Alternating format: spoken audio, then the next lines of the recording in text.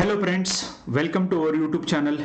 ನೋಡಿ, ನಿರುದ್ಯೋಗಿ ಯುವಕರ ಸ್ಥಿತಿಗತಿಗಳನ್ನು ನೋಡ್ಲಿಕ್ಕಾಗ್ದೇನೆ ಫ್ಯೂ ಥಿಂಗ್ಸ್ ನಾನು ನಿಮ್ಮೊಂದಿಗೆ ಶೇರ್ ಮಾಡ್ಕೊಳ್ಳಿಕ್ಕೆ ಈ ವಿಡಿಯೋನ ಮಾಡ್ತಾ ಇದ್ದೀನಿ. ಎಷ್ಟು ಜನಕ್ಕಾಗುತ್ತೋ ಅಷ್ಟು ಜನರಿಗೆ ನೀವು ಈ ವಿಡಿಯೋನ ಶೇರ್ ಮಾಡಬೇಕು. ಭಾರತವನ್ನು ಪ್ರಜಾಪ್ರಭುತ್ವದ ತೊಟ್ಟಿಲು ಅಂತ ಕರೀತಾರೆ. ಅಂದರೆ ಪ್ರಜಾಪ್ರಭುತ್ವ ಹುಟ್ಟಿದ್ದೇ ಭಾರತದೊಳಗೆ. ಸೊ ಅಂದರೆ ಜನರಿಗಾಗಿಯೇ ಇಲ್ಲಿ ಇರುವಂಥ ಸರ್ಕಾರ ಇರುತ್ತೆ ಆ್ಯಂಡ್ ಜನರೇ ತಮಗೆ ಬೇಕಾದ ಸರ್ಕಾರವನ್ನು ಆಯ್ಕೆ ಮಾಡಿಕೊಳ್ಬಹುದು ಅಂತ ಪ್ರಜಾಪ್ರಭುತ್ವದ ಒಂದು ಮೀನಿಂಗ್ ಬರುತ್ತೆ. ಓಕೆ, ಅರ್ಥ ಹೀಗೆ ಆಗುತ್ತೆ. ಆದರೆ ನನಗನ್ಸುತ್ತೆ ಯಾವ ದೇಶದೊಳಗೆ ಪ್ರಜಾಪ್ರಭುತ್ವ ಹುಟ್ಟಿದೆಯೋ ಆ್ಯಂಡ್ ಅದೇ ದೇಶದೊಳಗೆ ಪ್ರಜಾಪ್ರಭುತ್ವ ಇವತ್ತು ಸತ್ತು ಹೋಗಿದೆ ಅಂತ. ಅದಕ್ಕೆ ಭಾರತದೊಳಗೆ ಎಲ್ಲ ರಾಜಕೀಯ ಪಕ್ಷಗಳಾಗಿರಬಹುದು ಮತ್ತು ಈ ರಾಜ್ಯಗಳಲ್ಲಿ ಆಗ್ತಾ ಇರುವಂಥ ಇವತ್ತು ಎಲೆಕ್ಷನ್ಸ್ಗಳಾಗಿರ್ಬೋದು. ನೀವು ನೋಡಿ, ದಾವಣಗೆರೆ ಮತ್ತು ಬಾಗಲಕೋಟಲ್ಲಿ ಯಾರು ಚುನಾವಣಾ ಅಭ್ಯರ್ಥಿಗಳಾಗಿದ್ದಾರೆ ಅನ್ನೋದನ್ನು ಒಂದು ಸರ್ತಿ ವಿಚಾರ ಮಾಡಿ.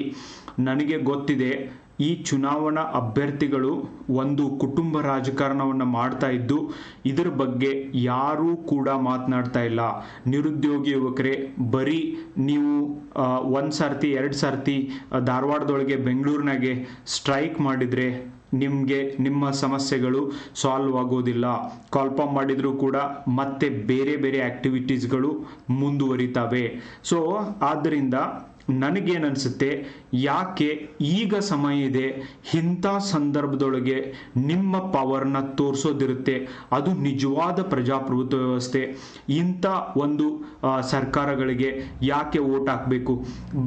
ಈವನ್ ಧಾರವಾಡದೊಳಗೇನೆ 2-3 ಜನ ಸ್ಟೂಡೆಂಟ್ಸ್ಗಳು ಈ ಒಂದು ಉದ್ಯೋಗ ಕರೀತಾ ಇಲ್ಲ. ಆಮೇಲೆ due to various stress and ಇವೆಲ್ಲ ಕಾರಣದಿಂದ ಹಾರ್ಟ್ ಅಟ್ಯಾಕ್ ಆಗಿ ಸೂಸೈಡ್ ಮಾಡಿಕೊಂಡು ಟ್ರೈನ್ ಟ್ರ್ಯಾಕ್ ಒಳಗೆ ಬಿದ್ದು ಸತ್ತಿರುವಂಥ ವಿಡಿಯೋಗಳನ್ನು ನಾನೇ ಮಾಡಿದ್ದೀನಿ. ಆದರೆ ಅವತ್ತು ಯಾವ ಡಿಸ್ಟ್ರಿಕ್ಟ್ ಮಿನಿಸ್ಟ್ರು ಬಂದಿಲ್ಲ, ಯಾವ ಒಂದು ಆಫೀಸರ್ ಕೂಡ ನೋಡಲಿಕ್ಕೆ ಅಂತ ಬಂದಿಲ್ಲ ಆ್ಯಂಡ್ ಯಾರೂ ಹತ್ರ ಬಂದಿಲ್ಲ. ಇಷ್ಟು ಸಾಮಾನ್ಯ ಜನ ಸತ್ರು ಕೂಡ. ಆ್ಯಂಡ್ ಅದು ಆದಮೇಲೆ ಧಾರವಾಡದೊಳಗೆ ಜುಬ್ಲಿ ಸರ್ಕಲಲ್ಲಿ 2-3 ಸರ್ತಿ ವಿದ್ಯಾರ್ಥಿಗಳು ಮಧ್ಯಾಹ್ನ ಊಟ ಬಿಟ್ಟು ಎಲ್ಲ ಬಿಟ್ಟು ಸ್ಟ್ರೈಕ್ ಮಾಡಿದಾಗಲೂ ಕೂಡ ಯಾರೂ ಬಂದಿಲ್ಲ.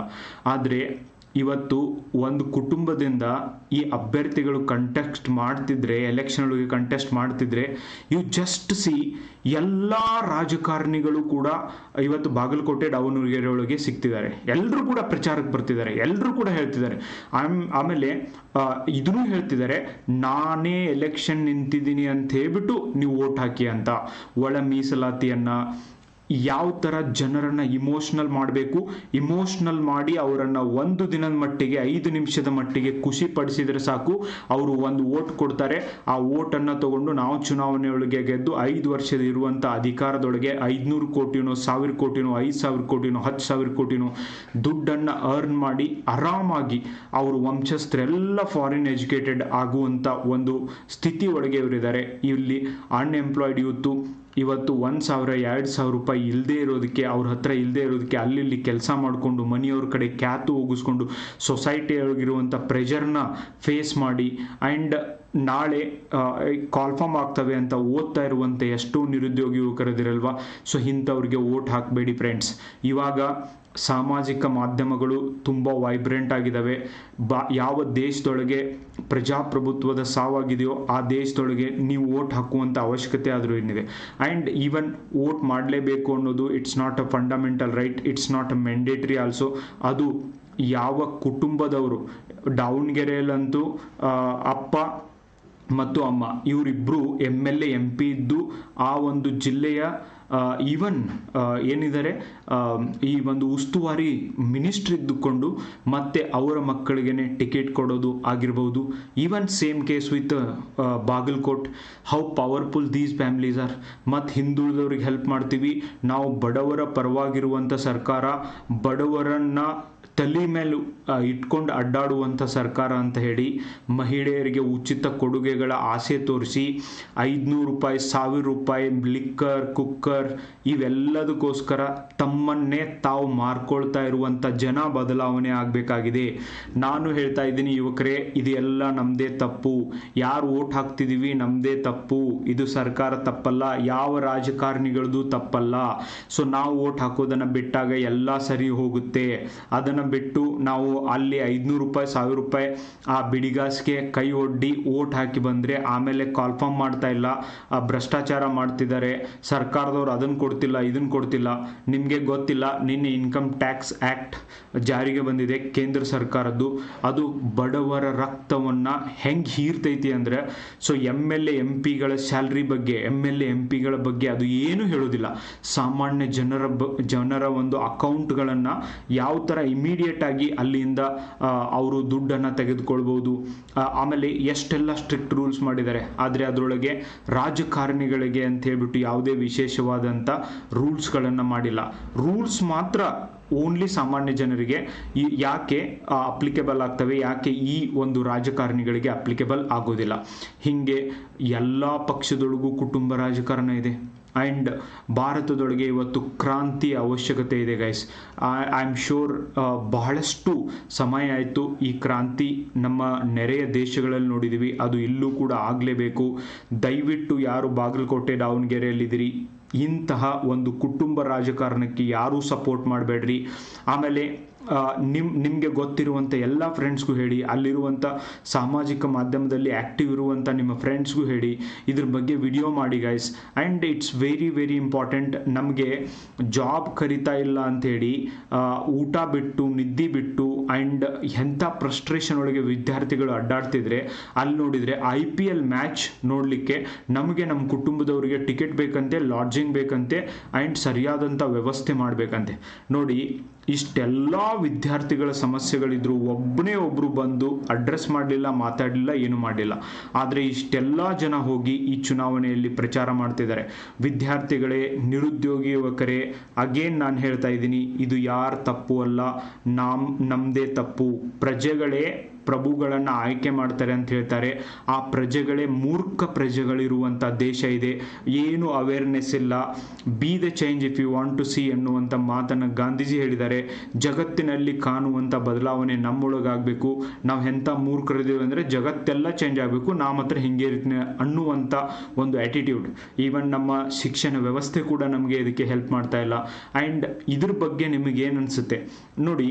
ಆಲ್ರೆಡಿ ಒಂದು ವಿಡಿಯೋನ ನಾನು ಮಾಡಿದೆ. ಇನ್ನೂ ಕೂಡ ಕಾಲ್ಫಾರ್ಮ್ ಲೇಟ್ ಆಗುತ್ತೆ ಅದು ಎಲ್ಲ ಹೇಳಿರುವಂಥ ವಿಡಿಯೋನು ಮಾಡಿದ್ದೀನಿ. ಬಹಳಷ್ಟು ಜನ ನೋಡ್ತೀರಾ, ಒಂದು ಬೈತೀರಾ, ಇಲ್ಲ ಅಂದರೆ ಕಮೆಂಟ್ ಹಾಕಿ, ಸೆನ್ಸಿಬಲ್ ಕಮೆಂಟ್ ಹಾಕಿ. Because it's time to raise your voice guys. ಇಲ್ಲ ಅಂದರೆ ಇಟ್ಸ್ ಲಿವ್ ಇಟ್. ಬಿಕಾಸ್ ಭಾಳ ಸರ್ತಿ ನನಗೆ ಕರಿತಿರ್ತಾರೆ, ಸ್ಟ್ರೈಕ್ ಮಾಡೋಣ, ಅದು ಮಾಡೋಣ, ಇದು ಮಾಡೋಣ. ಅರೆ, ನಿಮ್ಮ ಕಡೆ ಅವಕಾಶ ಇದ್ದಾಗ ನೀವು ಕೈ ಚೆಲ್ಲಿ ಕುಳಿತು 500 ರೂಪಾಯಿನೋ 1000 ರೂಪಾಯಿನೋ ಲಿಕ್ಕರೋ ಕುಕ್ಕರ್ಗೋ ಆಸೆ ಪಟ್ಟು ಓಟ್ ಹಾಕಿ 5 ವರ್ಷದವರೆಗೂ, ನೆಕ್ಸ್ಟ್ 5 ವರ್ಷದವರೆಗೂ ಯಾಕೆ ಕಷ್ಟಪಡುವಂಥ ಅವಶ್ಯಕತೆ ಇದೆ? ಯಾಕೆ ಸ್ಟ್ರೈಕ್ ಮಾಡಬೇಕಾಗಿದೆ? And it's time to show your voting right. So ಯಾರ್ಯಾರೆಲ್ಲ ದಾವಣಗೆರೆಯಲ್ಲಿದ್ದೀರಾ, ಯಾರ್ಯಾರೆಲ್ಲ ಬಾಗಲಕೋಟೆಯಲ್ಲಿದ್ದೀರಾ, ಕಮೆಂಟ್ ಮಾಡಿ. ನಾವಂತೂ ಈ ಪಕ್ಷಗಳಿಗೆ ವೋಟ್ ಹಾಕೋದಿಲ್ಲ, ಅದರೊಳಗೂ ಕುಟುಂಬ ರಾಜಕಾರಣಕ್ಕೆ ಯಾವುದೇ ರೀತಿಯಾಗಿ ಸಪೋರ್ಟ್ ಮಾಡೋದಿಲ್ಲ ಅಂತ ನನಗೆ ಕಮೆಂಟ್ ಮೂಲಕ ತಿಳಿಸ್ರಿ. ಆ್ಯಂಡ್ ಆದಷ್ಟು ಜನರ ಜೊತೆಗೆ ನೀವು ಈ ವಿಷಯವನ್ನು ಸ್ಪ್ರೆಡ್ ಮಾಡಿರಿ ಆ್ಯಂಡ್ ಅವ್ರಿಗೆ ಹೇಳಿ ವೋಟ್ ಹಾಕಬೇಡಿ ಅಂತ. ಬಿಕಾಸ್ ಅವರ ಮಕ್ಕಳನ್ನು, ಅವರ ಮೊಮ್ಮಕ್ಕಳನ್ನು ಎಲ್ಲರನ್ನೂ ರಾಜಕಾರಣಿಗಳನ್ನ ಮಾಡ್ತಿದ್ದಾರೆ. ಆದರೆ ಸಾಮಾನ್ಯ ಜನರಿಗೆ ಒಂದು ಉದ್ಯೋಗ ಕೊಡುವಂದರೆ ಕೊಡ್ತಾ ಇಲ್ಲ. ಸೊ ಇದಕ್ಕೆ ನಿರುದ್ಯೋಗಿ ಯುವಕರೇ ಏನು ಮಾಡಬೇಕು ಅಂತ ಕಮೆಂಟ್ ಬಾಕ್ಸ್ ಒಳಗೆ ತಿಳಿಸ್ರಿ. ಮುಂದಿನ ದಿನಗಳಲ್ಲಿ ಇನ್ನೂ ಏನಾದರೂ ನೋಟಿಫಿಕೇಶನ್ ಲೇಟ್ ಆಗುತ್ತೆ ಅನ್ನೋದೇ ಆದರೆ ಅದರೊಳಗೆ ನಾವು ಏನಾದರೂ ನಿರ್ಧಾರ ತೆಗೆದುಕೊಳ್ಳೋಣ. ಸೊ ಎಲ್ಲರೂ ಸೇರಿ ಈ ಒಂದು ರಾಜ್ಯದೊಳಗೆ ಆಗ್ತಾ ಇರುವಂಥ ಅರಾಜಕತೆಯನ್ನು ತಡೆಯೋಣ. 80 ವರ್ಷ 90 ವರ್ಷ ಆದರೂ ಕೂಡ ನಾನೇ ಇನ್ನೂ CM, ನಾನೇ ಇನ್ನೂ 2 ವರ್ಷ PM, ನಾನೇ 4 ವರ್ಷ CM ಅನ್ನುವಂಥ ಈ ನೀಚ ರಾಜಕಾರಣಿಗಳು ಇನ್ನೂ ಎಷ್ಟು ವರ್ಷ ಬಡವರ ರಕ್ತವನ್ನು ಹೀರಬೇಕು ಅಂತ ಮಾಡಿದರೆ I think it's time to think about it, because ನೀವೆಲ್ಲಿ ತನಕ ವಿಚಾರ ಮಾಡೋದಿಲ್ಲ, ನೀವೆಲ್ಲಿ ತನಕ ಇವರಿಗೆ ಪ್ರಶ್ನೆ ಮಾಡೋದಿಲ್ಲ, ಅಲ್ಲಿವರೆಗೂ ಈ ದೇಶದೊಳಗೆ ಏನೂ ಬದಲಾವಣೆ ಆಗೋದಿಲ್ಲ. ಅದಕ್ಕೆ ನಾನು ಹೇಳ್ತಾ ಇದ್ದೀನಿ, we don't need one nation one election. ನಮಗೆ ದೇವರಾಣೆಗೂ ಒಂದು ದೇಶ ಒಂದು ಚುನಾವಣೆ ಬೇಡ. ಈ ದೇಶದೊಳಗೆ ಒಂದು ದೇಶ ಒಂದು ಶಿಕ್ಷಣ ವ್ಯವಸ್ಥೆಯ ಅವಶ್ಯಕತೆ ಇದೆ. ಯಾವ ಶಾಲೆಗೆ ಅಂಬಾನಿ ಅದಾನಿ ಮಕ್ಕಳು ಹೋಗ್ತಿದ್ದಾರೆ, ಅದೇ ಶಾಲೆಗೆ ಒಬ್ಬ ಗೌಂಡಿ ಕೆಲಸ ಮಾಡುವಂಥ ಮಗನೂ ಕೂಡ ಹೋಗಬೇಕು, ಮಗಳೂ ಕೂಡ ಹೋಗಬೇಕು. ಅಂದಾಗ ಮಾತ್ರ ಮಕ್ಕಳ ಹತ್ರ ಪ್ರಶ್ನಿಸುವ ಮನೋಭಾವ ಬೆಳೆಯುತ್ತೆ, ಕ್ರಿಟಿಕಲ್ ಥಿಂಕಿಂಗ್ ಬೆಳೆಯುತ್ತೆ. ಅವರು ಕೂಡ ಬಿಯಾಂಡ್ ಒಂದು ಲಿಮಿಟೇಷನ್ ಹೋಗಿ ಏನಾದರೂ ಸಾಧನೆ ಮಾಡಲಿಕ್ಕೆ ಸಾಧ್ಯ ಆಗುತ್ತೆ ಅನ್ನೋದು ನನ್ನ ಒಂದು ಅನಿಸಿಕೆ. ನಿಮಗೇನು ಅನಿಸುತ್ತೆ ಈ ಚುನಾವಣೆ, ಈ ರಾಜಕೀಯ ವ್ಯವಸ್ಥೆಯನ್ನು ಕುರಿತು ಏನು ಅನಿಸುತ್ತೆ, ನೀವು ಏನು ಮಾಡಬಹುದು ಅಂತ ಅನಿಸುತ್ತೆ ನನಗೆ ಕಮೆಂಟ್ ಬಾಕ್ಸ್ ಮೂಲಕ ತಿಳಿಸಿ guys. Thank you so much for watching the video.